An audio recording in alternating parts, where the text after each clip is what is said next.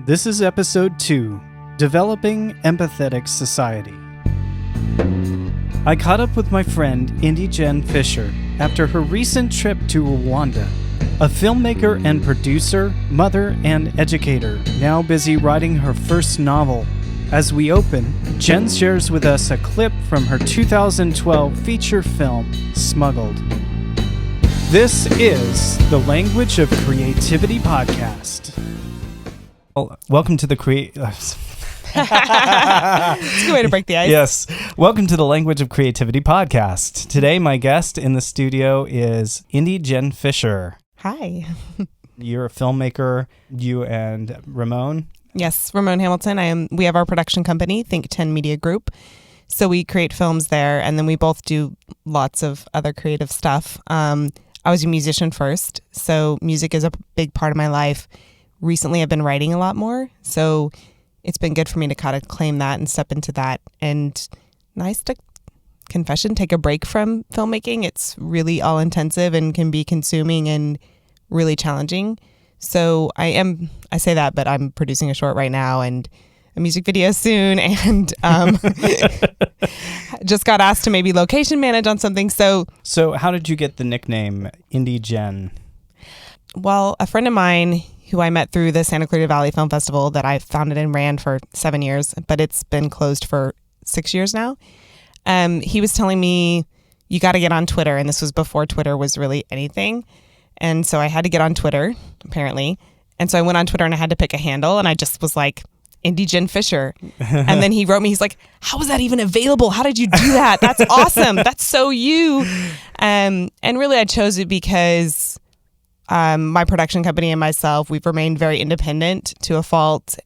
Maybe some people would say, but it's been really important to us to be independent, to find ways to create the work we want to create, to not waver in kind of the type of world we want to build, life we want to live. So Jen Fischer felt really right.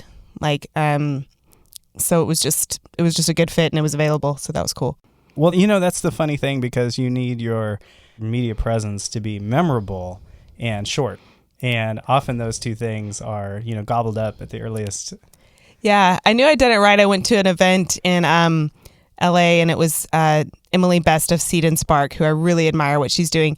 She was talking, and then it was question and answer. And so I had asked a question. She's like, wait, who are you? Introduce yourself. I was like, oh, I'm Jen Fischer. And she's like, you're Jen Fischer. Oh my gosh. So she knew me from the Twitter sphere. So that was kind of exciting to have someone be like, wait, I'm so glad you're here because I love your voice on Twitter. I'm less engaged now than I used to be on Twitter then, but I think that's true for a lot of people. But at the time, it was really the way I built relationships with other filmmakers, because I live far from LA, given traffic, and I had little children at home, so I wasn't able to go into events a lot. So Twitter was a good way for me to remain relevant and engaged and learning about what was going on in the indie film scene, get to know companies like Seed and Spark and other women filmmakers, especially, that were really trying to build something new at the time. This was probably 3 or 4 years ago. So it worked out really well to not be able to physically go somewhere as often as I needed to, but to be able to really engage. Mm-hmm. So it's been a while since you've listened to that. Yeah. I know. But it's like I'm transporting myself back in time because it's been so long. I mean, I don't watch it anymore. At the time, other creators know this. When you make something, you spend so much time on it, you get to a point where you can't watch it anymore because it's just, you've spent so much time on it. So it's been a long time since I've revisited it or heard it or watched it or anything. So it's right. Yeah. Well, and the production is unique because it takes place in a very enclosed location. Mm-hmm. Most of the movie takes place in between the cargo compartment of a bus, which was a very, very small space. Beautifully shot, by the way. Thank you. That could have gone really wrong from a cinematography standpoint. Yeah, it was. And it was a big challenge. We kind of hit this snag right before we filmed, and the cinematographer we wanted to work with, we no longer had the money to pay. But we had everything else lined up. We had the location built. A friend of ours built this compartment for us, and we had the actors. We had everything set up, and we thought if we don't shoot it this summer, it's just not going to happen. So because our cinematographer really wished he could do it, And we had another friend who's a award-winning cinematographer, does things like TV shows now and stuff. They came in and did like a crash course cinematography and lighting course with my husband, with my partner. Wow. And like set up lights and did different lighting tests of like the different things so he really had it shot listed. And then they were like, here's where the lights need to be for all these scenes for it to work.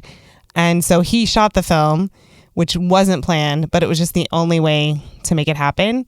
And so, yeah, so he would love you saying that. He did a really good job because small locations are extremely challenging. And it was lit well enough to kind of give you that sense of, they're in the dark. But the other things that I noticed is that the acting was superb. Yeah, and that was key. When we were casting, we knew that would make or break it, and that was one of the things, like, we wouldn't have shot it if we hadn't been able to cast the right people. We would have waited because it's just them for most of the film, so they have to be able to do it. They have to be able to do it in 2 languages, and they had to have chemistry, and they really did. Like, they really did get very close. How old was the kid that played Miguel? He was, I think, 9 or 10 at the time, and he hadn't really done much acting before then. But when he came in, there was certain scenes that we did, of course, for the audition, and he was the only one who was able to, the reader is sitting across from you, but he was able to pretend like the body was on the floor, and like he would move and touch this person that wasn't there. And that's when we knew, like, this is the person that needs to do this role. And it was amazing too, because I think 4 kids showed up, and we thought, when we saw we only had 4 kids showing up for the audition, we thought, we're not going to cast this film. It's not going to happen. But Ramses was incredible, and his mom was so easy to work with. Like, she was so supportive of the project.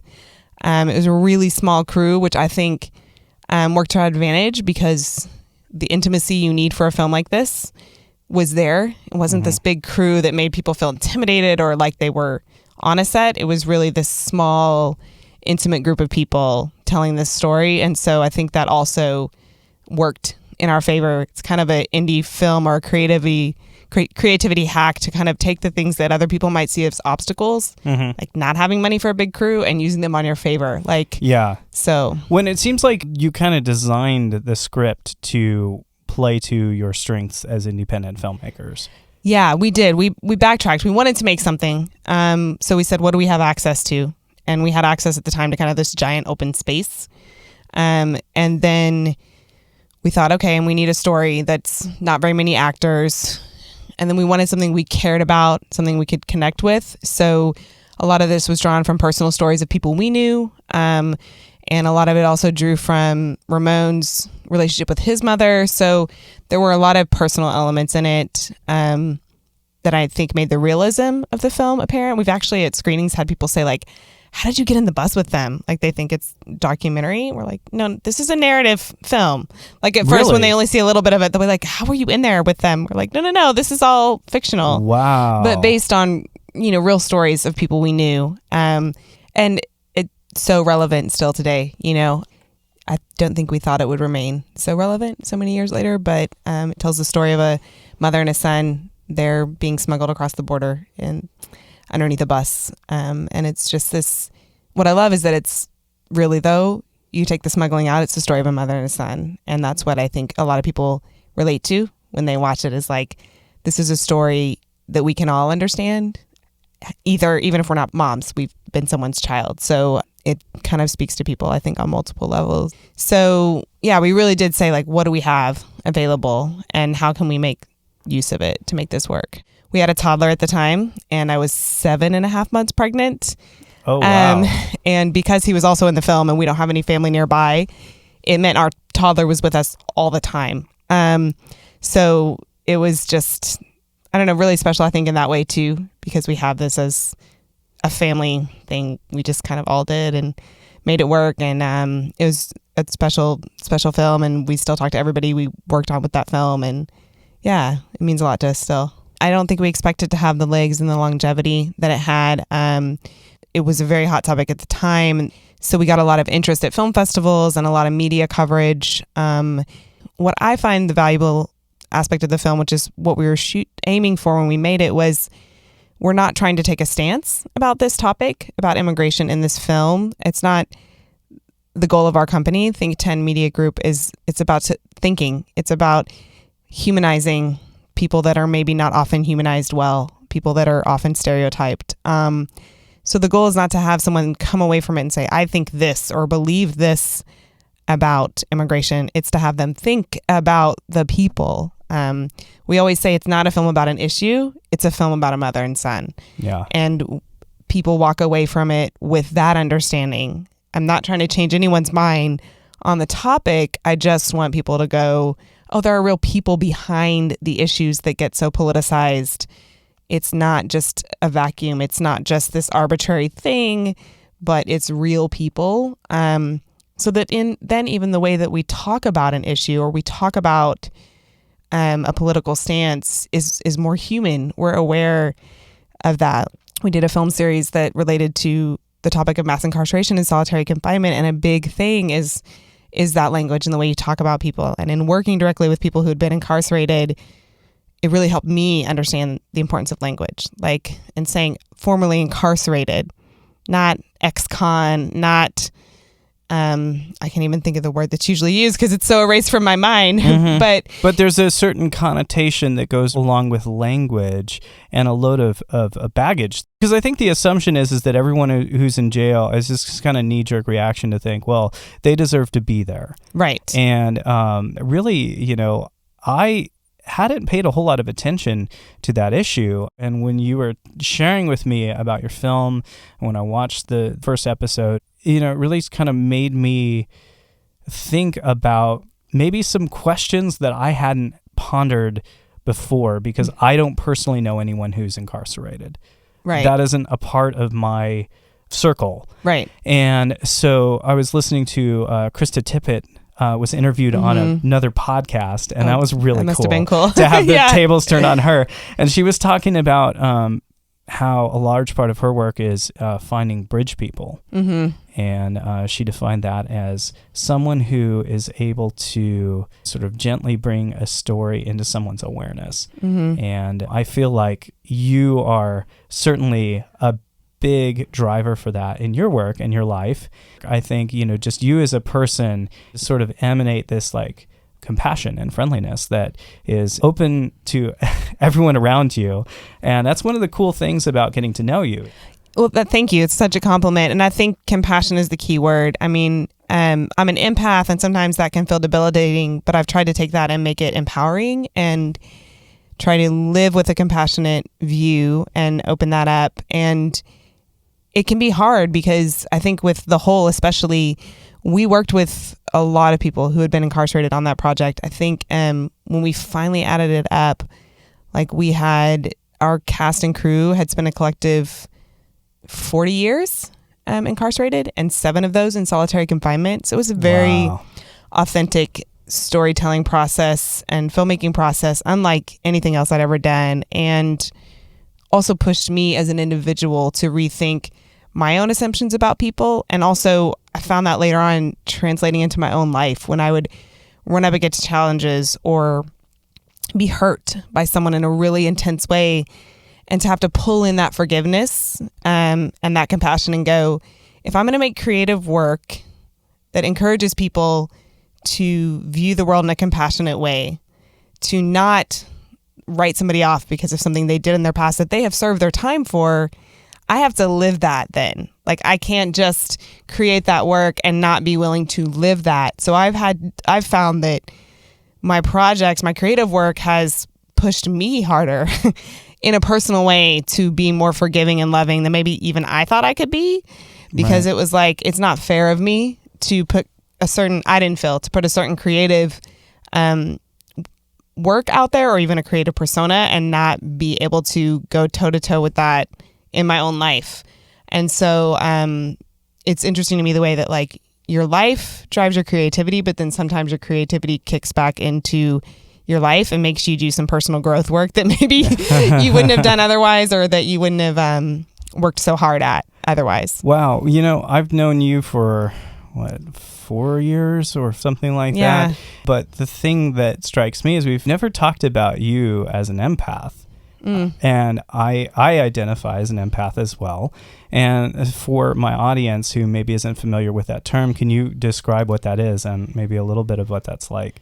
Maybe. I think empaths, to be empathetic versus sympathetic is to, when you're sympathetic, you maybe feel bad for someone. When you're empathetic, you're working towards feeling what they're feeling. Mm-hmm. So empaths, we often feel what other people are experiencing. I mean, we can't know we do, but we think we do, or we think we begin to. It's physical. Yeah, we think we begin to do that. And right now I'm writing a project called The Leeches, and it deals with the topic of genocide. And I just went to Rwanda, and I spent 2 weeks in Rwanda, and talk about a challenging place for an empath. I went to 6 different memorial sites, genocide memorial sites, and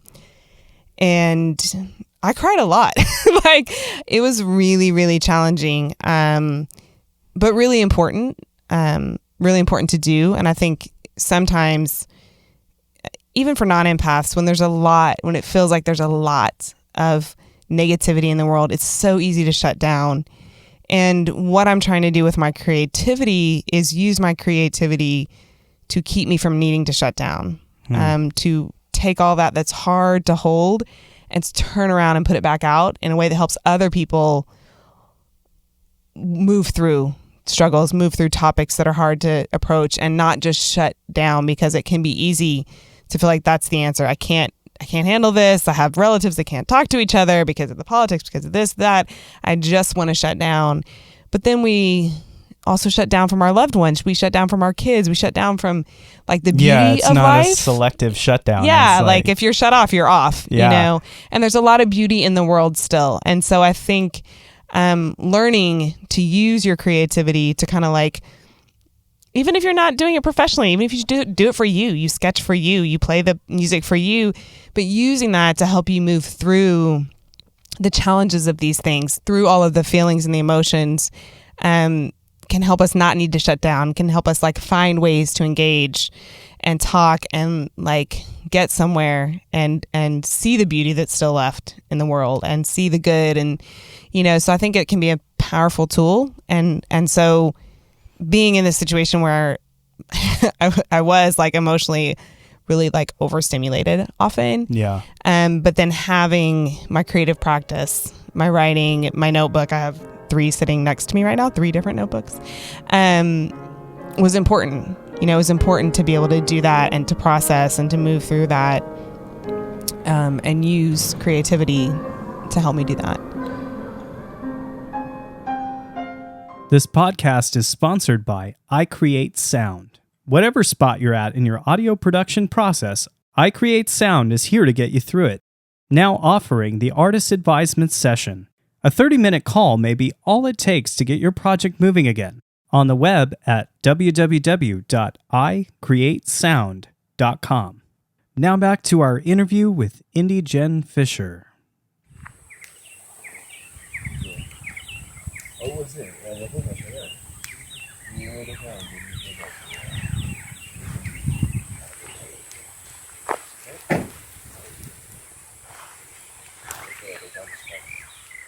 You booked a plane ticket and you went straight to Rwanda, which was the country that had one of the largest genocides in recent history. Yeah. Give a little backstory on Rwanda. Sure. So when I was there, it was the 24-year anniversary from when the genocide happened. It ran from April 7th, 1994 through June, July. But in about the first month, 800,000 people were slaughtered. Almost 1 million people in 1 month. In about 1 month. And the memorial, the Kigali Genocide Memorial Museum that I went to, that alone is a mass grave to 250,000 people. So our podcast is based in Santa Clarita. That's like the entire city of Santa Clarita just gone. Oh my God. So it's a nation that has been through a lot. It has been through a lot. And yet it is one of the cleanest, safest, and I flew there from New York City, and even cleaner, safer than New York City. I mean, one of the cleanest, safest countries I've ever visited, and I visited 20 now, 21. Oh, wow. So it was incredible. It was just very different than I expected it to be. And people there have been through a lot. And yet they see the world differently. I think that's the main thing. I mean, because of what they've been through, they see the world very differently. And a lot of the stark, good, bad view of the world doesn't exist, or didn't seem as apparent, because people have experienced so much. And there were people who killed other people that also then saved someone's life, for whatever reason. And Wow. I think it's this idea that not everybody is good or all evil. One woman I met, it was eerie for my book too, because my book is not about Rwanda. So my book is I've been studying the topic of genocide for more than a decade. I was in Cambodia in 2003. It's really where the project started, even though I didn't know it would lead me where I am. And I was at there was also a genocide in Cambodia, and I was at a torture site from that genocide. And that was when I thought, I have to make something about this. And I thought it was going to be a documentary. And then I started with this film, that film. And finally, one day I realized what it was. And again, it's a story of a mother. I'm a mom. It comes into my work a lot. So really, The Leeches is the story of a mother who wakes up, realizes she's had a baby, has no idea where her baby is. And the backdrop is that her nation is engulfed in a genocide.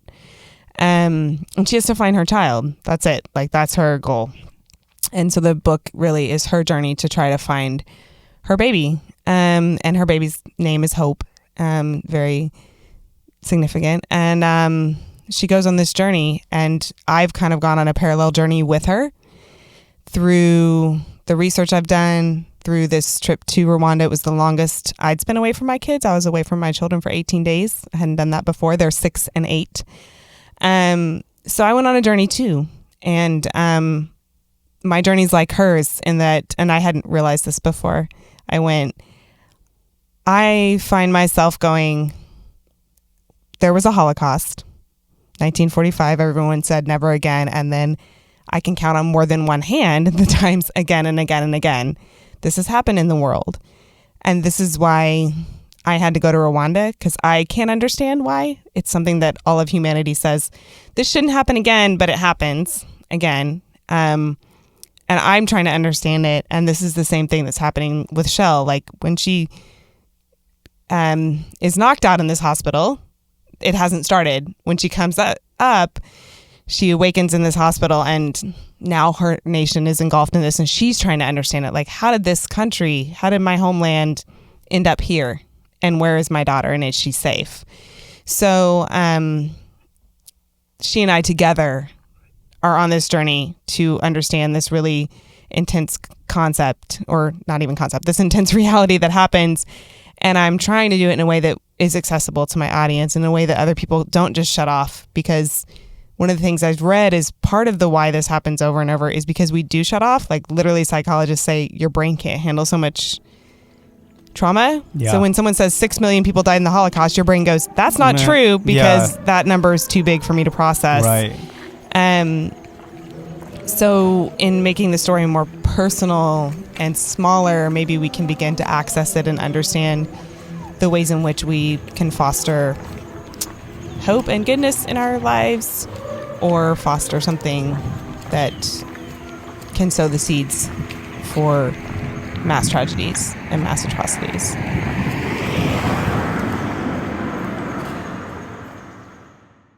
So you don't want to do a practice one, you just want to go? Okay, so, and here we go.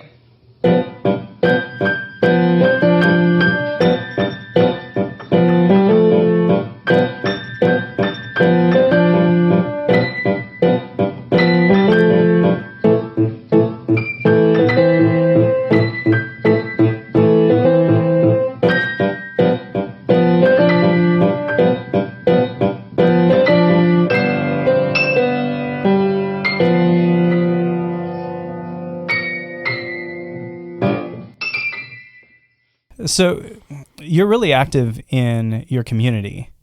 Uh-huh. And that's like one of the biggest inspirations about knowing you. And I have realized that to change the world, you can't go to the top and just, we're going to change it all. It's just because that's just not how it works.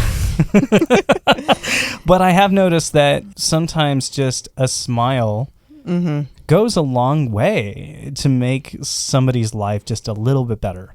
And, really taking that extra step to, hey, how is your book going? Hey, how did that job interview go? Hey, it's good to see you today. Whatever it is, I feel like the people, it's like, who are the people in your neighborhood? Yeah.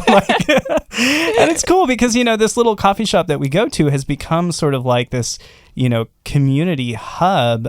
I want to talk about your community because you run women's artist group. Is that right? Yeah. And you also mentor other filmmakers. You and Ramon teach, and you do piano lessons. You've also taught children's music.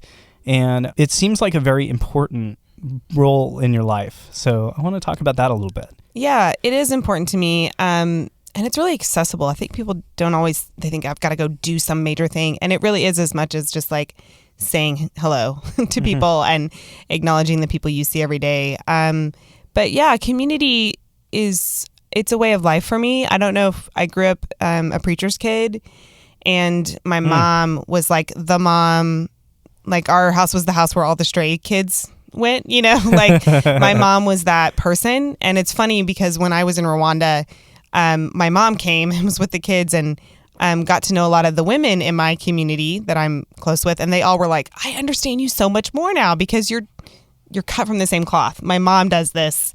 So I think that's why it's maybe easier for me to do than it is for other people because it was just modeled for me. But it's always been important. And I think for me out in the Santa Clarita Valley, which is a very standard suburb for people that don't know it, it's not a place where a lot of people know their neighbors necessarily. It's been on many TV shows, intentionally or unintentionally. And not necessarily to a lot of people, I think, an easy place to build community.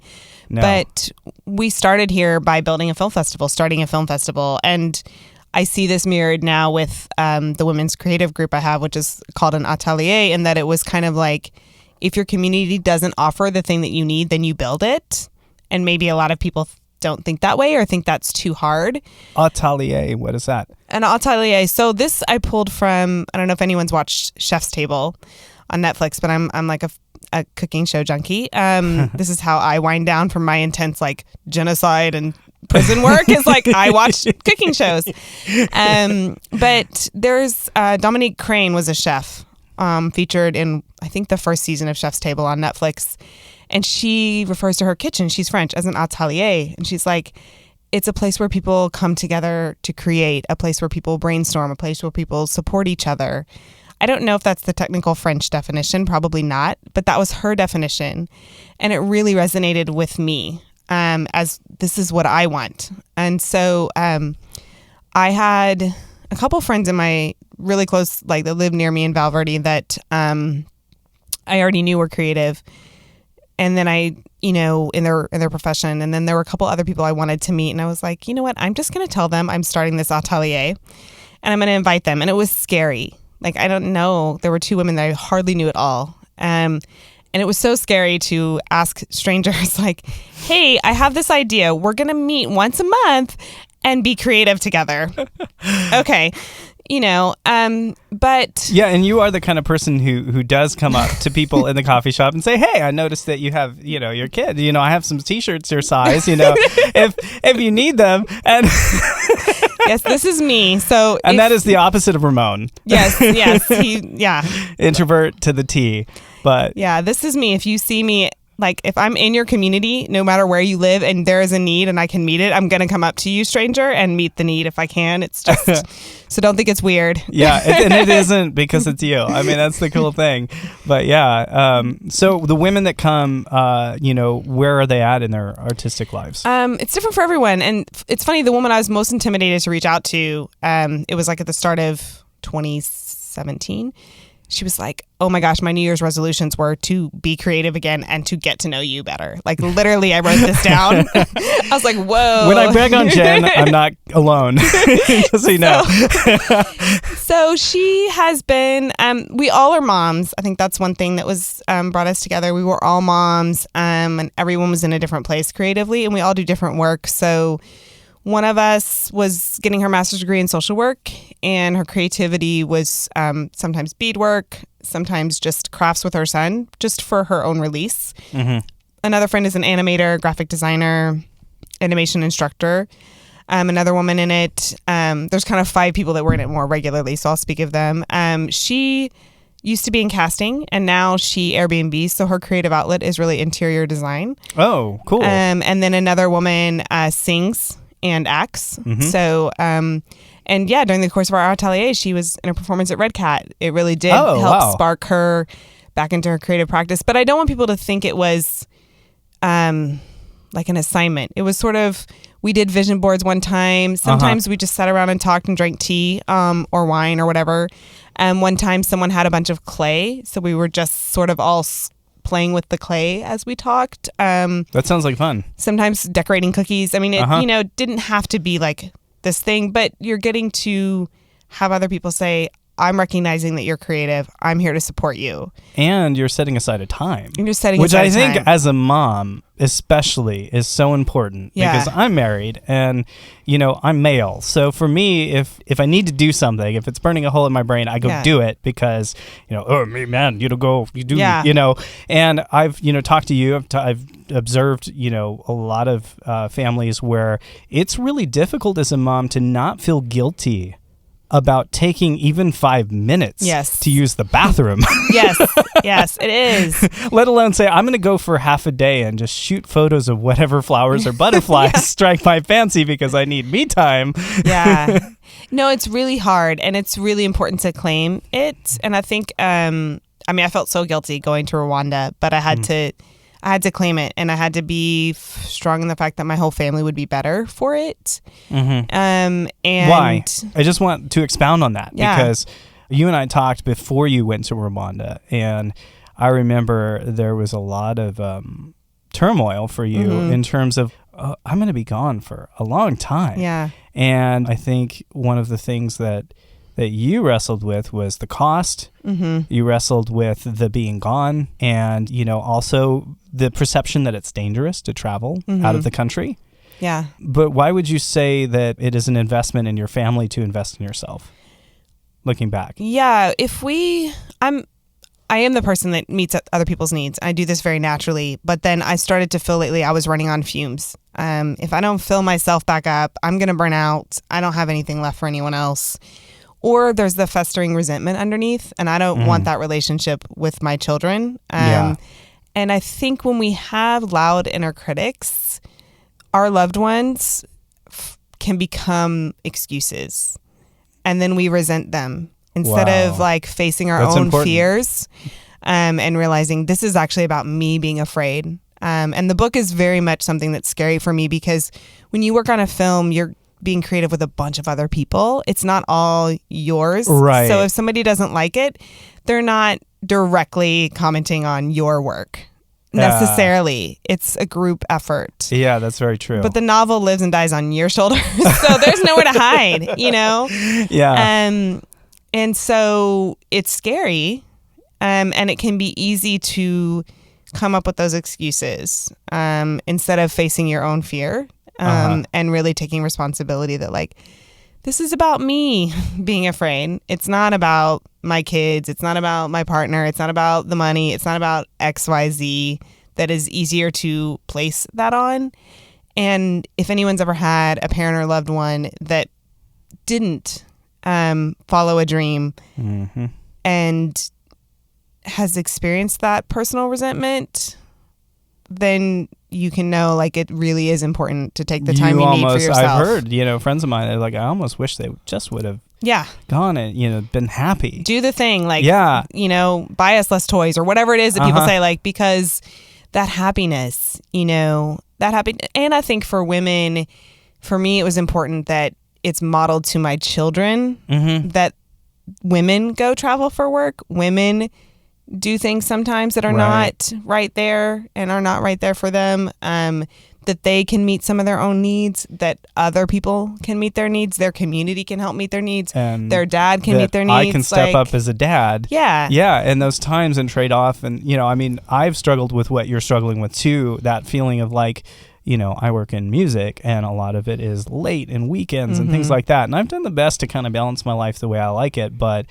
every once in a while, it's still you're running on these deadlines. It's the only way to get things done. You're creative. The inspiration strikes, and you're going, and you're in the tunnel. And there is this sense of like lingering guilt that happens where it's like, well, I wasn't there to tuck my kid in for bed. I wasn't around.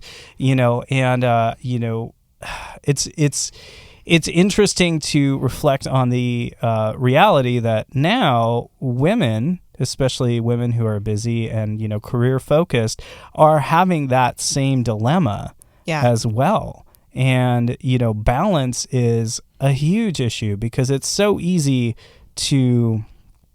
because putting your art out is a lot of work. It's a lot of work. It's so easy to get in this American professional working to-do list addict mode of I gotta do this and I can't take a breath here because I gotta and then before you know it, you are running on fumes. And add to that being a mom where you have demands from 2 kids and a role that you're playing as a wife and a mom, and everything that comes up, kids are sick from school, I gotta stay home, I gotta cancel my appointments, and it's like how do you even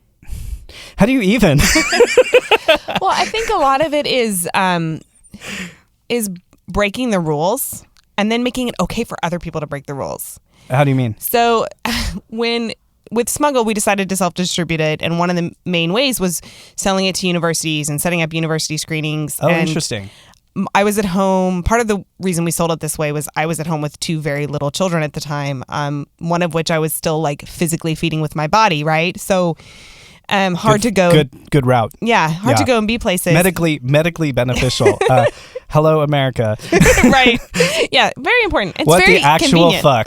Yeah, it's very convenient too. But and I remember and then a university called me back. We've been trying to reach this university. They call back the office line, which is our home. And some very professional Think 10 media group, and I go out into the backyard because I'm trying to hide from my children, and I'm trying to sound super professional, make sure that she doesn't hear, this woman on the other end does not hear my kids.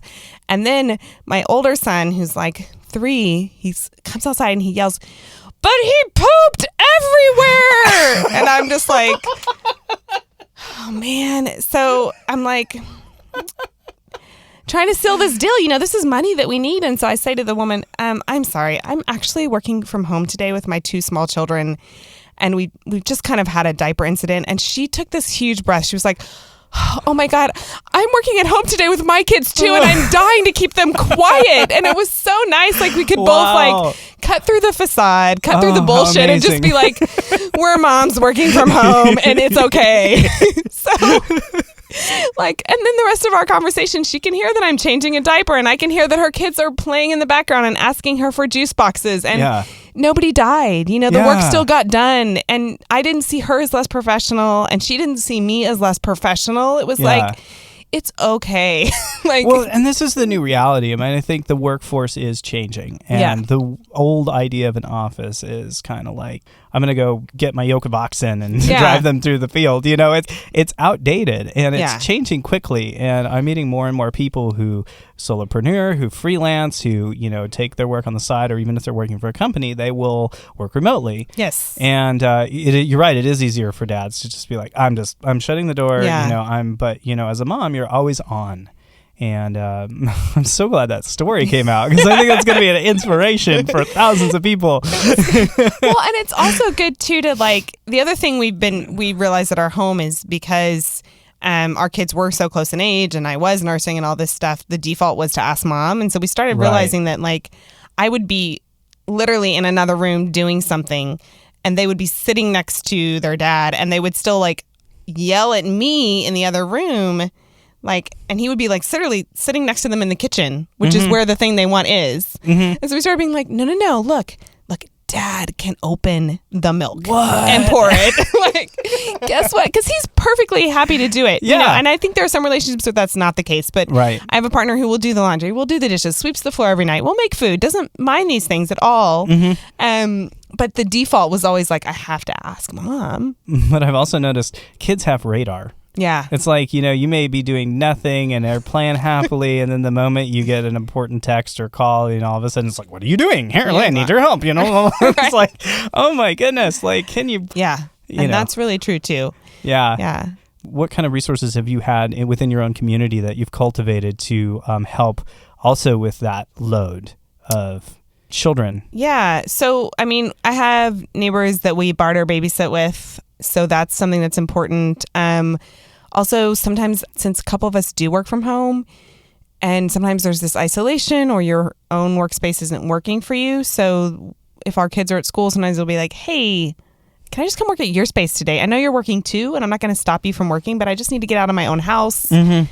So super important. You'll make the coffee. I'll bring over some fruit and just have another workspace, or have a colleague. And you might ask each other a question here and there. That's kind of nice when you're in isolation all the time and you're working. Well, I noticed that, most of us don't know our neighbors. Yeah. In this country, maybe in the Western world. I don't know how it is in Europe, but it's really not uncommon to drive home and shut the garage door and just isolate, and maybe even just turn on the TV. Yeah. And you've sort of done the exact opposite. Well, and again, this was one of those things that happened part of it is who I am, but part of it was that I live my life differently than other people. So when we just finished Smuggled, we had lost a contract at the end of that year. So that was the other thing about shooting this movie that we were self-investing in. We just lost a contract that was the contract that paid my salary. And we had another baby coming, and we were putting money into a film. Uh-oh. So it was just like, oh my gosh. And then we had to, earn a living. So when the film was done and was doing film festivals, I was at home with a 2-year-old and a nursing child. And it didn't make sense for me to, even with my Harvard master's degree, any work I was going to do, most of it was going to end up going to daycare. It just did not make sense for me not to be working from home. And so we had to get new contracts for our film education work. We had to figure out how to sell our film. And we were sharing one car at this point. So really lean living. So Ramon, at this point, I think there was a time when he was out screening the film at festivals most of the time and teaching 25 film classes at 10 different sites in a week. So I was at home a lot with 2 little people and did not know any other moms in my community. So I was walking down to the park a lot, and people don't walk here in Southern California anyway. Nobody walks in LA. And, nobody, exactly. And so I got to know my community, though. And my kids stick out. They had this crazy curly hair, and they're mixed race. So everybody, noticed my kids. And right across the street, literally the backyard across the street, was a family with a son who was right between the ages of my kids. Oh, right cool. there. And we lived next to each other and didn't know it.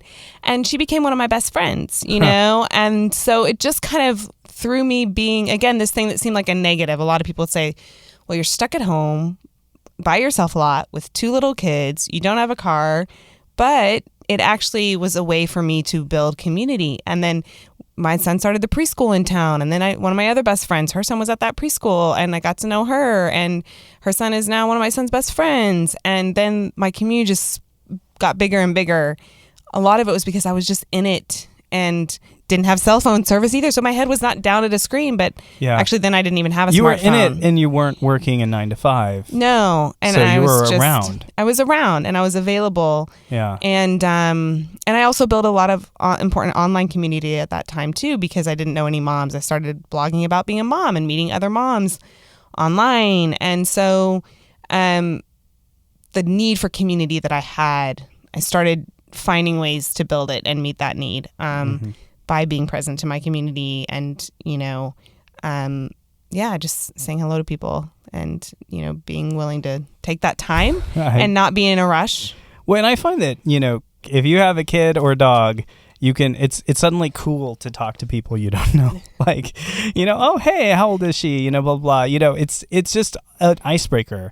And I feel like we have so many social walls that we have in this society. I want to ask you about your creative group again. Do you ever find that with such a diverse group of art forms. How does that coexist? Like, how do you cultivate creativity across so many different interests? I think it's nice because sometimes ideas come to you because you're not in the box. You're not thinking in the same way. Mm-hmm. So I think that it's nice to find solutions sometimes from an unexpected place. There's a lot of songs in my book.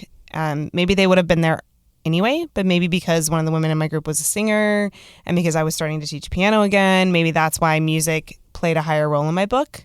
Maybe not. Maybe it's just chance. Maybe it would have always been there. But it's like there was this other person in my life more regularly that was kind of doing music and sharing the songs she was writing. Sort of rounds you out a little bit for yourself, and you're doing this for others, but it's actually giving back to you. And I think industries are getting better, indie music and indie film, about supporting each other. But I think then there's also no competitive issues that can sometimes come up in creative groups. I think, again, I've noticed it's a lot better in the indie film women communities that I'm a part of.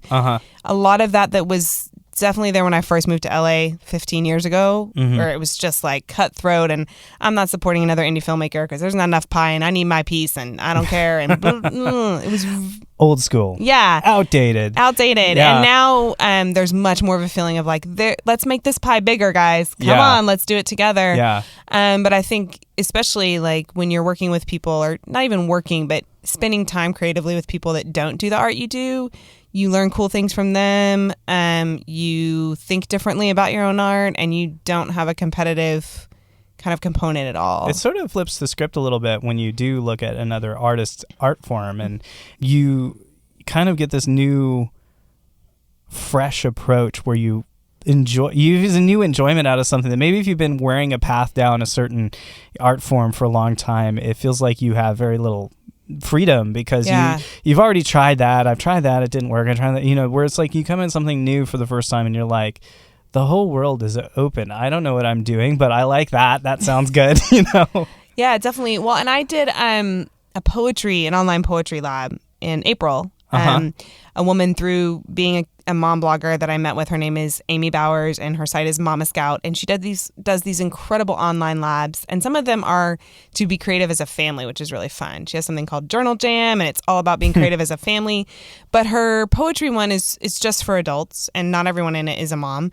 Everyone in it that I believe is women, but it doesn't have to be that way. It's just how it happens to be. But every morning you would get a poem into your inbox and then maybe a prompt to go with it. And poetry used to not be my thing, and I've done the lab before and I never wrote, but this recently April, I found myself writing poems all the time.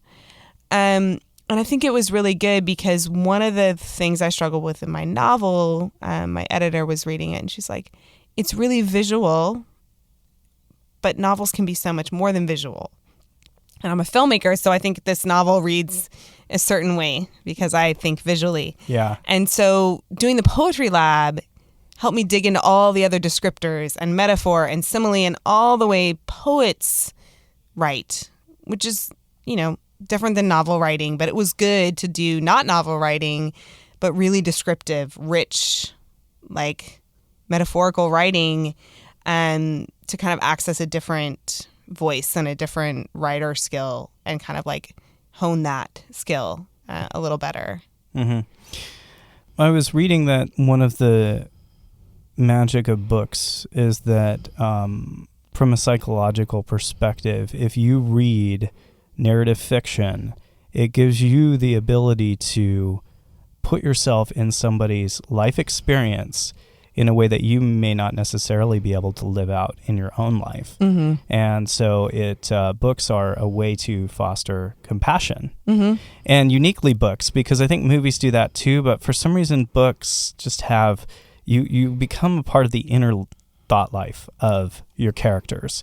And so, I feel like fiction serves a very important role, especially because you're able to engage with it so deeply a lot of times because this is a work of fiction. The characters that I'm reading, they don't really exist. They didn't really die, but you get as emotionally attached, if not more, I think, to a work of fiction sometimes than you can to a real story that's maybe not your immediate family or yourself. And I think there might be a psychological reason for that. Maybe it's too much. You know, there's got to be human reasons why fiction and story are such an important part of our world. Yeah, the human experience. I mean, humans have been telling stories since before they had language, and we continue to do this. And I think that this is a practice that I think we need to bring back as a part of all of our lives. Like, you don't have to be a creative person, in quotes, to tell stories, and to, it's how we're processing the world around us. And our kids do it so naturally. I mean, just overhearing my 8-year-old son in the bathtub, he's got a whole world going on in there. And we don't even have real bath toys. We have like lids, like bottle caps. And he's created a whole world. And like, at some point we lose that. Like, we stop doing that. We stop telling stories. We stop making up things. We stop doing make-believe. But we don't have to, we can all like tap into that, whether it's sitting down on the carpet with our kids and playing Legos with them, or if we don't have kids, it's taking photos, sketching, writing a song. Even if you don't sing well, I don't sing well. I write songs all the time because it feels good. They're probably never going to be in the world for anyone else to hear. I don't care. There's something about telling stories and processing things in a way that's not processing things, not in a therapeutic sense of like, I'm going to process this now, but no, I'm going to like go for a hike and, oh, look, this poem's coming in my head. Maybe I'll talk it into my phone. Maybe I'll write it down later. Maybe it just went through my head and that's all it is. But being open to that, being open to letting it out. I think, instead of trying to hold everything in. Because we are always processing things, but maybe we're processing it by being grumpy and angry with all the people around us, like that's not necessarily a way I try to be, but it happens to everybody. And so I think having an outlet, even if you don't consider yourself craft worthy, is what I would call it, at a particular art form like poetry or whatever, just the act of expression, sometimes without reflecting that inner critic back at yourself too early, I think is super duper important. I think you went through that with your book a little bit, because if correct me if I'm wrong, but you didn't start out as a novelist. No, this is my first novel, and I kind of wish it weren't, because it's a really hard novel to write, and I've actually realized it's 3 books, not just one. And I didn't start out as a novelist, and I thought The Leeches was going to be a film, and then when I sat down to write it, it came out as a book. And I thought, well, this is just how I'm going to tell it then, and also way more accessible to, not that writing a novel is easy. It's not. I've been working on this for years. But when did you start? I would say my formal start was 2 summers ago. I went to New York.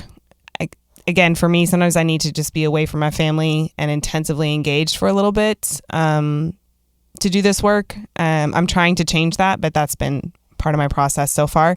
So 2 summers ago, I went to New York, was gone for 10 or 11 days, and came back with a very rough first draft. And so that's where I would say I really started. Even though the idea of I have to do something around this topic is 15 years old, the actual okay, I'm doing this is 2 summers starting ago. A novel. I'm writing a novel. It has a title. It's happening. That was 2 years ago. And I've been battling my inner critic ever since, I think.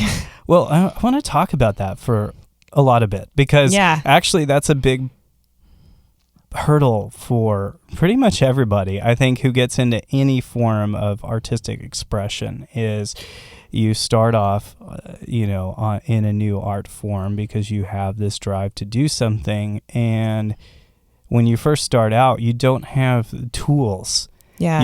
You haven't developed your processes, but you want it to be good. So you're sitting here, you're trying to write a paragraph, and you want that paragraph to read the way you would want to read, and it'll live up to the story that you're trying to put together. And, perhaps you don't even know where you're going with it yet. Right. No, my story is so different now than when I started. Shell is the lead character. She has a husband. She has a son. My first iteration, it was kind of bouncing between like what's happening with her, what's happening with the husband, what's happening with the son.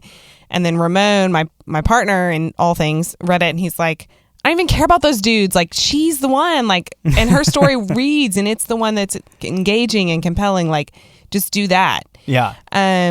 So I didn't know what I was doing at all. And I think, with filmmaking, my first features, utter failure. I don't want anyone to see it. So I think also not being afraid to fail, like failure is a huge part of a successful creative practice. But I also think having people in your corner is really important. I think I'm really lucky in that my life partner and my parenting partner is my biggest fan and believes in me more than I believe in me.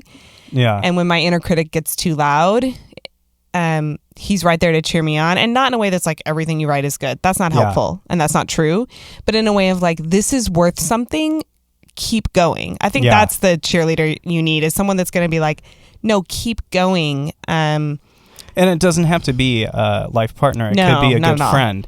It could be a mentor. Yes. But in your case, it is your life partner, and you guys do have a very dynamic creative relationship together. I've always wondered, did you guys start out as creative partners first, or did you start out as life partners and then sort of decide that this is the journey we're going to take together? It's really interesting, and you probably don't know this aspect of my story. So he and I met while we were studying abroad in Egypt. I know you know that. But we'd been together for many years, and then I was in graduate school for Middle Eastern studies, and it was not working.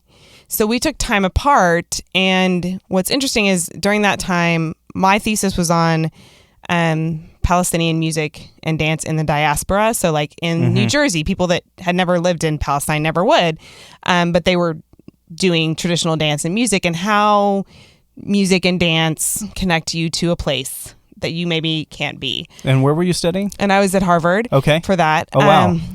So, so I thought, wait, I'm just going to write about music and dance? That seems wrong. Like, we should be able to see and hear this. So I took my first filmmaking class.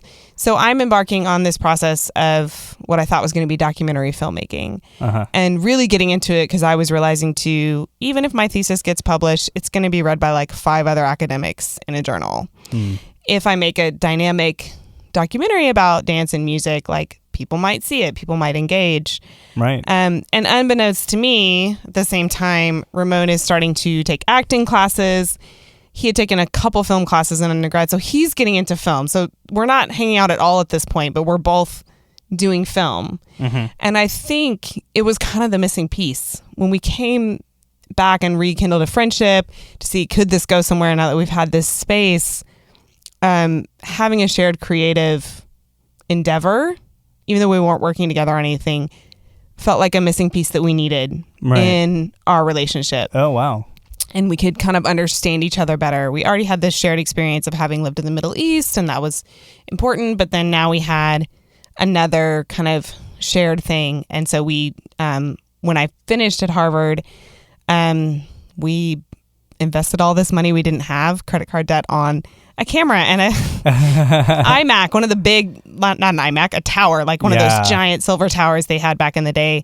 Because we figured it was cheaper. I still have mine. Yeah, we don't, but we figured it was cheaper than film school. Yeah. And so we shot a film, and then we shoved all that equipment into his Toyota Camry, and we drove across the country to LA to start our lives as filmmakers. Oh, wow. So, and the film was terrible, and we were so proud of it at the time, but it was awful. But it's like, don't be afraid to fail, and don't be afraid to try something, and find yourself somewhere you didn't think you'd land. Like, I never thought I would be writing a novel and have just gone to Rwanda to do that. But that's where I am, that's where I landed. So you teach piano. I do. And you teach children. Yes. And so, my experience when I first came to the piano was, I had this music in my head and I just wanted to play it. And I was never very good at like practicing. And, I feel like, a lot of people, come into something like music because their parents say, well, you should learn an instrument. You should learn violin. You should learn. And they want them to sound good. And I think sometimes that is very counterproductive. And so I want to talk about your approach to teaching. Because I think it's actually really, really important. Yeah, I don't take that approach with my students. I mean, I want them to sound good, but I really am focused on a very personalized approach of what does each child need. One of my friends mentioned an interview with Lady Gaga where she's like, what's your driving question? You know, what are you trying to solve? What's the problem you're trying to solve for the world? And I realized 15 years in Cambodia, like, you know, I'm trying to figure out why, as humans, we can't end genocide. So wait, how does that fit into teaching piano? You know, well, I think there's something about being able to have everyone's identity honored, have everyone's needs met, have everyone understand how to listen to each other, how to hear something they're not used to hearing, how to step outside of their comfort zone. And so I use teaching piano as that creative practice for me. It's to improve my listening skills. Am I listening to this child? What do they need from me? I have a child that she started lessons the week her mother was diagnosed with breast cancer. I have a very specific teaching relationship with her. I happened to fall in her life at a certain time, you know, and so that's a very specific thing. I have another child that really struggles with anxiety. So we do some note reading, music reading. We do a lot of listening. It really helps him quiet his mind, to listen to intervals, to identify ear training. Like, that's his favorite part of the lesson. That's what he needs to like still his mind. And so maybe he's not going to get a music scholarship. Maybe music is not going to be his career, but if he can learn how to quiet his mind through these piano lessons, like, that's a life skill that he can use forever. You know, Yeah. so and music is magic because music can really affect your mind and your body and your emotions and your whole state. I really feel like teaching children is the way or the way to help develop a compassionate society. And the way we teach children, what we model to them, helps to shift the imbalances in the world. And I think a lot of maybe what is wrong with the world right now, what could improve about the world, is literally some of the short-sighted things that we do to children, for children, while they're in school. And I want to spend a moment talking about that. So. Yeah. I've taught in lots of different capacities for a long time. My production company and my film festival had film education, and then I've taught music on and off forever, like starting when I was 18, and have run after school programs, and I've worked in lots of different school settings. And I think something we're talking about already is the importance of creativity, and creativity is not taught in our schools. It's not honored very well, hardly. Some schools do, but I think it's not a value. It's not valued. When I taught music at a public school recently, I only was there because the PTA had fundraised for it. So the school hadn't budgeted for it. And this is not a school that's low funding in general. It's in an area that's fine financially, not a traditional low income setting. And this is not abnormal. There are lots of schools that don't have funding for music or art or any of the creative work, creative arts. It's not deemed important or valuable. But it's how children make sense of the world. It's how grown-ups make sense of the world. It's why movies and video games and music are the things most people spend their money on. We can't live without it. Experiencing these creative things. So it's important, and it's why kids rush home after school often and do creative things if that's available to them. To go play, which is one of the most creative things you can do. Just play and be with their Legos or whatever. Unstructured. Let me just, play. So I think play and creativity should be valued more in our educational settings. I think that it would need to be, I think it would build just happier people and problem solvers. I mean, really, we need problem solvers. That's what the world needs. And so that's how you solve problems, is through creativity. I'm actually reading a book on conflict resolution. My master's degree is in Middle Eastern Studies. I was focused on conflict a lot as I did that. And conflict resolution is something important to me. And one of the things that's most interesting about this book is she talks about creativity, that's what conflict resolution requires, is creative thinking. And so for me, it's all connected. Having a creative practice, doing creative work, teaching children a creative art, writing a novel about genocide, all of that actually fits together and makes sense for me because it's all about creativity and reducing conflict in the world. Like that's the broad stroke. And I think that's something as well that I struggled with when I was doing lots of different things, which is often the case when you're trying to make it as a creative person. Is if I didn't have a through line, I felt too fractured. I felt too schizophrenic and I struggled and it didn't work. And then if I can find a way to have it all work in harmony, like I don't know very many creative people that earn their living just through their creativity. They have to also teach or do this or do that or work at a coffee shop, whatever it is. Yeah. But I find if you can do that in a way where the day job, so to speak, feeds your creative practice or informs it or fits into your large vision for yourself, then it's easier. Then you aren't kind of like, I'm this person when I go to the office and then I'm this person at another time. It's like, I need to be one person that makes sense to me.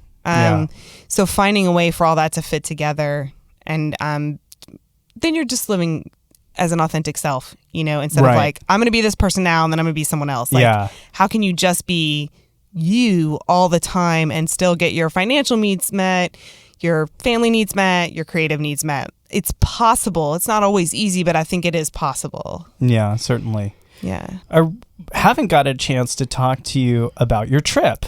This is the first I've really seen you since you got back from Rwanda. Yeah. So let's just pretend we're sitting at the coffee shop and like fill me in on what that journey was for you. Yeah, Rwanda was really interesting. It was very challenging as an empath. Visited 6 genocide memorials. Could have visited more. I met amazing people. It was really interesting on multiple levels. One thing was that writing is new for me. Being a novelist is new for me. Mm-hmm. And it surprised me that it's been 15 years since I've traveled by myself as a woman, which I used to do a lot. Oh. But I hadn't, other than up the coast of California earlier, a few months ago, but overseas. And I thought it would be different. I thought there would be more women traveling by themselves now in 2018, but there really weren't. I saw one other woman traveling by herself. So everywhere I went, people wanted to know, why are you in Rwanda by yourself? Like, what are you doing? Huh.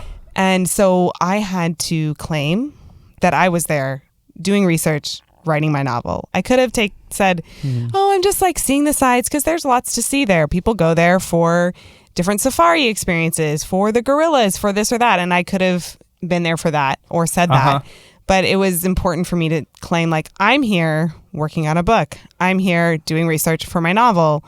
And so then sometimes people, what's your novel about? So I had to get better at my elevator pitch for my novel, better at claiming this work. So that was important, I think, to just like claim it and say, I am this. And sort of, I think, especially as a woman, I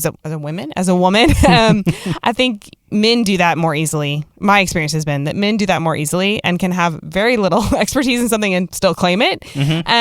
Whereas women, we think we need all of this credential, all of this outside affirmation to claim something. And I actually had a friend say to me when I was thinking of getting a paid PhD, you don't need any more validation. Just do the thing you want to do. Like, stop thinking that you need to go get any more validation from anywhere and just do the work. Like, do the work you want to do. I was kind of meaning to ask you this. Do you ever feel, or have you ever felt judged that you have a Harvard education and that you're not on the track that somebody might expect for you of money and, working a, Fortune 500 job and on and on and on? Like, what was that like what is that like for you? I have felt judged. I judge myself sometimes too. Like every time I pay that student loan off, like, should I be doing something? Or I say, like, was that worth it? Am I using my degree? And then I have to remind myself that a degree, like that degree, was not about a certain job. It was about a growth experience. I found film through that degree. I learned a lot about myself. I learned that I didn't want to do peace and conflict resolution work. I didn't want to go work for the government. It's important to learn that and to not spend 10 years doing it. And, or I have, my brother worked for the government and has been doing it for longer than he wanted because he's close to retirement. He can't get out now. So that's a small price to pay if I look at it that way. It's a small price to pay. And I met amazing people and I learned a lot about myself, about the world. But I'm not financially reaping the benefits people that would typically associate with an Ivy League degree, for sure. It seems like you've scaled back.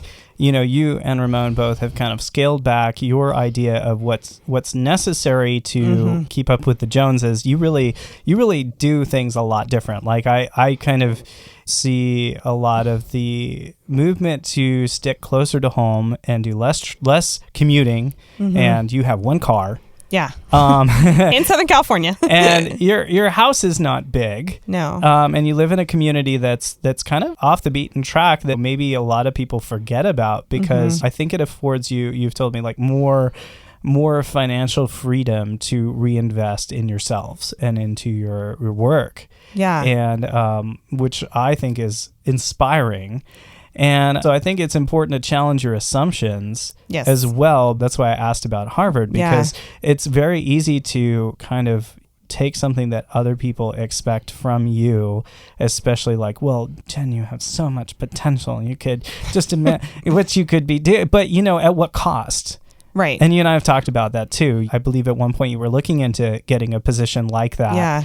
And what did you do to, make that pivot instead of doing that? Sure. I think for me, the cost is always happiness and time. And I have a friend, she's like, you are the most covetous person of time that I've ever met. And she's met a lot of people. And she's also went to Harvard. She's like, you will not give up your time for anything. Like, your time is my treasured resource. Other people, it's the money or it's the clout or it's the prestige, and that's fine if that's what works for them. But for me, like, my most valuable resource is my time. And so when I've looked at maybe working full time, often it means I'm going to have to commute. So I'm going to be away from my family for a very long time. I'm not going to have time to play the piano, to write, to do something that I want to do for my creative practice. I'm not going to have time to spend with my community in the ways that I want to. So for me, those have not been trades I've wanted to make. So I've made different choices, and I've scaled back my life in a way that works for me because it affords me my time to spend the way that I want to spend it. It means I can go to Rwanda. And I had a lot of people ask me that too. Like, how are you in Rwanda for 2 weeks? How are you away for 18 days? Like, how'd you get the vacation time? I was like, I don't have to ask anyone for vacation time. Like, that's how amazing. I did it. Wow. And so maybe if I was quote unquote using my Harvard degree, I'd be having to, bank up vacation time. Yeah. So tell me the story, the sights and sounds. Sure. Tell me about your trip. When you got on the plane and you said goodbye to your kids, I think that's where the scene opens. Well, I got on a plane in Burbank on May 31st at 9:00 at night. I landed in Rwanda on June 3rd at 8 a.m. Oh. So it was a long journey. I spent the day in New York. My first day, I did a red eye to New York. And I was meeting with a filmmaker, another mom filmmaker. And what's so funny is I'm taking the train in to meet her, and I've only met her once before, like 5 years ago, or no, maybe 3 years ago in LA. And I'm waiting for the subway, and I'm looking, and I'm like, this woman in front of me that I can only see the back of, I think that's Jenica. I think that's the filmmaker I'm supposed to have coffee with. No way. So I go to her Facebook profile to check her picture.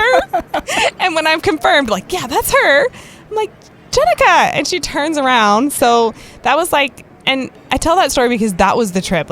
Everything just kind of opened up. Every door opened up the way that it should on the whole trip. So I saw her. I spent the day with my sister. From there I flew to overnight to Paris, had a day in Paris, from there to Kenya to Rwanda. But then in Rwanda as well, I kind of collapsed because I'd flown 3 red eyes. I hadn't slept through the night anywhere except in an airplane. 3 or 4 days. Yeah, 3 nights on airplanes. So Wow. My first day was just collapsing. Huh. But the next day, I was going to the memorial, the Genocide Museum. And I go out, and there's 2 young women that are also going there. So we just share a ride together. I spend 5 hours there, meet the community engagement officer. meet someone else. The next day I have coffee with a woman who was kind of a friend of a friend of a friend. You know how it happens. And what really gave me chills is she wanted to tell me her cousin's story. And she wanted me to meet her cousin, but he's very busy and the timing didn't work out. So she's telling me her cousin's story of how he survived the genocide. And it's literally a scene I had in my book that I had cut out of my book because a medical professional was like, that's not realistic. And so I'm telling her this, and she said, I don't care what science tells you. I don't care what medicine tells you. Like, this is what happened. Wow. And you have to put this in your book. Do you mind me asking? No. What happened? So her cousin was a baby when the genocide happened, and his mother was killed. And a man who had killed many people found him still suckling on his mother, still trying to breastfeed.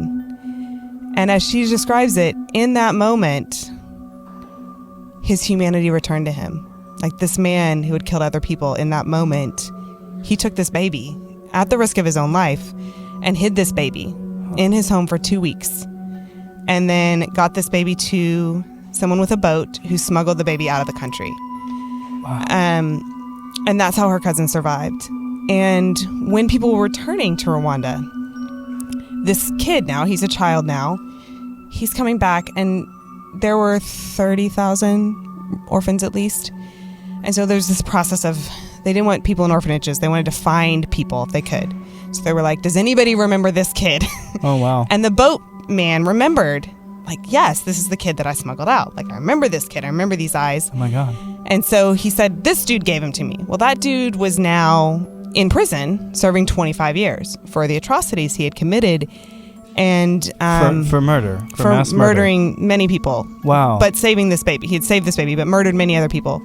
So this, as this child got older, he went and spoke on behalf of this man and said, he saved my life, though. Like, he saved my life, and his sentence was reduced from 25 to 10 years. He's no longer in prison, and they spend holidays and family dinners together because for this man now, that was his only family. Like, no one else survived in his immediate family, and this was the man that saved him and took him in. So it blew me away, and it was this thing of the way this man is not all good or not all evil. He's a person that was put in a certain situation and did certain things. And that what I learned a lot from people I met in Rwanda is that we each have a capacity for incredible forgiveness and love and goodness, and we all have a capacity for pain, to cause pain to others. And circumstances control what aspect of us comes out and when, and there's not a conception of someone's good or someone's bad, which countered a lot of what a lot of the learning around the Holocaust is kind of like, well, there's just this dark evil in the world and that's it. But no, yeah. There is both, and people are complex, and people find themselves in situations where they do things you can't imagine. And sometimes those things are good things you can't imagine. And sometimes they're awful things you can't imagine, because they're in a certain situation, and you can't judge that because you've not been there. So it was just, but it just blew me away because the part of that I had was a baby on a mom's breast, and the doctor said, but there wouldn't be milk left. That really wouldn't happen. And this woman was like, please tell me you'll put that back in your book. She's like, you have to put it back in your book because these circumstances defy science. They defy medicine. They defy our normal understandings of what humans are. Like, they defy all of that. And that's what you have to share in your book. I also had a lot of anxiety about being a white American woman writing about genocide. And if I had a right to do that. Even though I had felt so important, so desperate of a need to do it, even if no one ever reads it, I just felt this need. And this same woman and a couple of other people that I met that were Rwandan said, if one person reads your book and decides to do anything in the world to prevent genocide, it's worth it to me. So write your book. I think having lived through this atrocity, many Rwandans are like, we don't care if anybody's doing anything to make sure no one else suffers the way that our people have suffered, then good, go with God, like do it, because whatever you can do, whatever drop anybody can put in the bucket to stop these kind of things, like they just want it in the bucket, because they've lived through it. Changing the world one person at a time. You may not influence someone at the top, but you might influence the person next to you, and you may not even know when you do that. And I think that in terms of compassion and compassionate community, I think that is an important, empowering concept to realize that you, being the singular locus of your sphere of influence, be it how big or small, it doesn't matter, because that influence ripples out into other circles that affect the world. No, absolutely. Absolutely. And that was why my master's was in the Israeli-Palestinian conflict. And I couldn't stay there. I couldn't stay in that work. It was too hard for me personally, especially at the time. I didn't really have the tools as an empath to handle being in that work. And it wasn't my conflict. Right. I wasn't going to solve that. Yeah. The people whose conflict that is needed to solve that, and they will, you know. And I was given a book, Pieces Every Step by Thich Nhat Hanh, by a friend of mine, and that's when the light went off. I'm drawn to this because I have an innate need to be a peacemaker. But that does not mean I have to go there. Like, there are opportunities to be a peacemaker every day in my world. Right where and you there are. is plenty of conflict resolution to resolve. And there's plenty of people that need love, you know? And I think that's the other thing in teaching. When I would run up against a child with an issue that I didn't know how to solve, I finally just came back to the mantra, when in doubt, give more love, period. And that's now how I live my life. Yes. Like, if I don't know how to fix a situation, if you just pour more love onto a situation, you probably can't make it worse. So, yeah, absolutely. Well, it's so true. And love is the guiding light you can apply to literally every situation. And it permeates even the nuances of what you're doing. You could say, somebody could give you your coffee and you'd be like, thanks, because that's what you say. No, thanks, okay, whatever. Or you could take a moment and express gratitude for that person and that they're taking the time to serve you, even if it's just their job, Right. Just taking it back from genocide and just getting human with it for a moment. I mean, I go and I pay for a coffee, and there's the people that built that company and whatever, but the person who serves me my coffee got up and ate breakfast this morning and probably had a good morning or a bad morning. Right. And just that reflection of, how do I apply love to just the littlest things? It can change situations from the littlest to even the most challenging. Absolutely. And a lot of times, you see this in children all the time. A lot of times the people who act out the most are the people with the deepest need for love and attention and a recognition and acknowledgement of, you are human, I see you, and you have value. Yeah. And I think the creative works that we resonate with are the works in which you can feel the love. And sometimes it doesn't have to be a rom-com. I think when I watched Black Panther, I can tell everybody loved working on that film. It was like, this was everyone's dream job. Yeah. So it's not just a fun film to watch. It's like that love just comes through on screen. And then you sometimes watch other films and you don't know what's off. And then maybe when you're in the industry, you read something and there was a lot of nastiness going up on the set, because maybe you have an inside vibe and you're like, that's what's off. It's not that the screenplay's bad. It's not that the technique wasn't done right. Everybody knew what they were doing, but there was no love, when we create work creatively, and love what we're doing and love the people we're doing it with, I think it just makes all the work better. Well, it's like the love is in the cake. Yeah. I mean, it's like they use that example of baking, like, when mom made it, it's just got something extra special because there's that love. And another contrast to that is that it's a lot of times, somebody's journey in going through humanity and difficulty and struggle and hardship is a lot of times, when you say a film had heart, it's because you watch the transformation that a character goes through and how they find love in the most unlikely places and how they learn to accept love and accept themselves or others through that transformational experience of being seen, of seeing someone. Wow. Thich Nhat Hanh. If you've never read Thich Nhat Hanh, or if you're someone who is like, I can't do Buddhism, he's not making you Buddhist, first of all, but he's very accessible. And I think for creative people, I think his work is really relevant because it's about being present to your moment. Yes. Being present to the opportunities in front of you, to the peace that you can be, but also just to your moment. And I think a positive creative practice requires that we can be present to our practice. Yeah. For me, playing the piano is that it's both meditative and mindful. So it's like, I can't do it unless I'm present to it, so there's something nice about that. And I think that's why even if you do creative art professionally or not, it's like just presence, just being present to only whatever thing it is that you're doing, playing the piano, drawing, whatever, just like shutting everything else off and just being present to that. There's something beautiful about that. Very well said.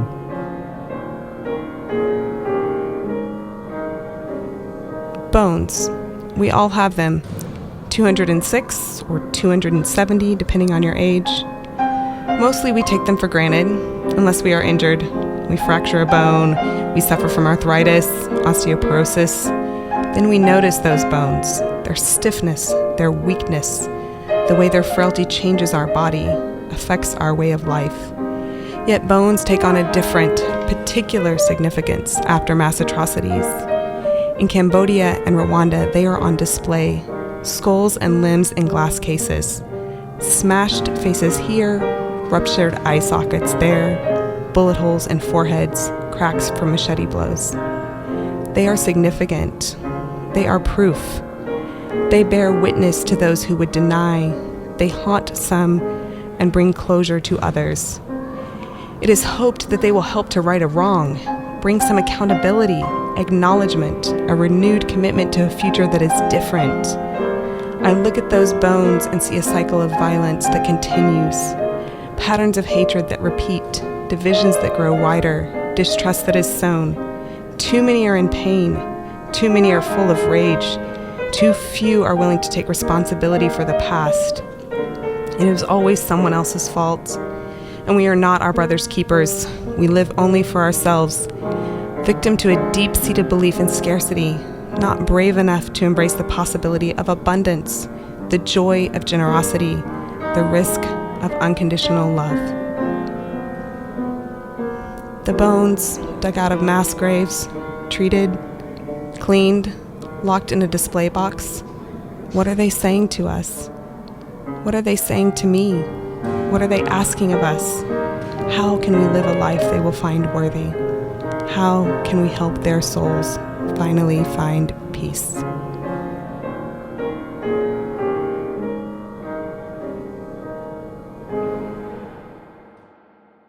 That was a poem from Jen's notebook called Bones. Thanks for joining us. You can follow Jen on Facebook and Twitter at Jen Fischer. Think 10 Media Group is her production company with Ramon Hamilton. I'm Stephen Levitt, and this is the Language of Creativity podcast.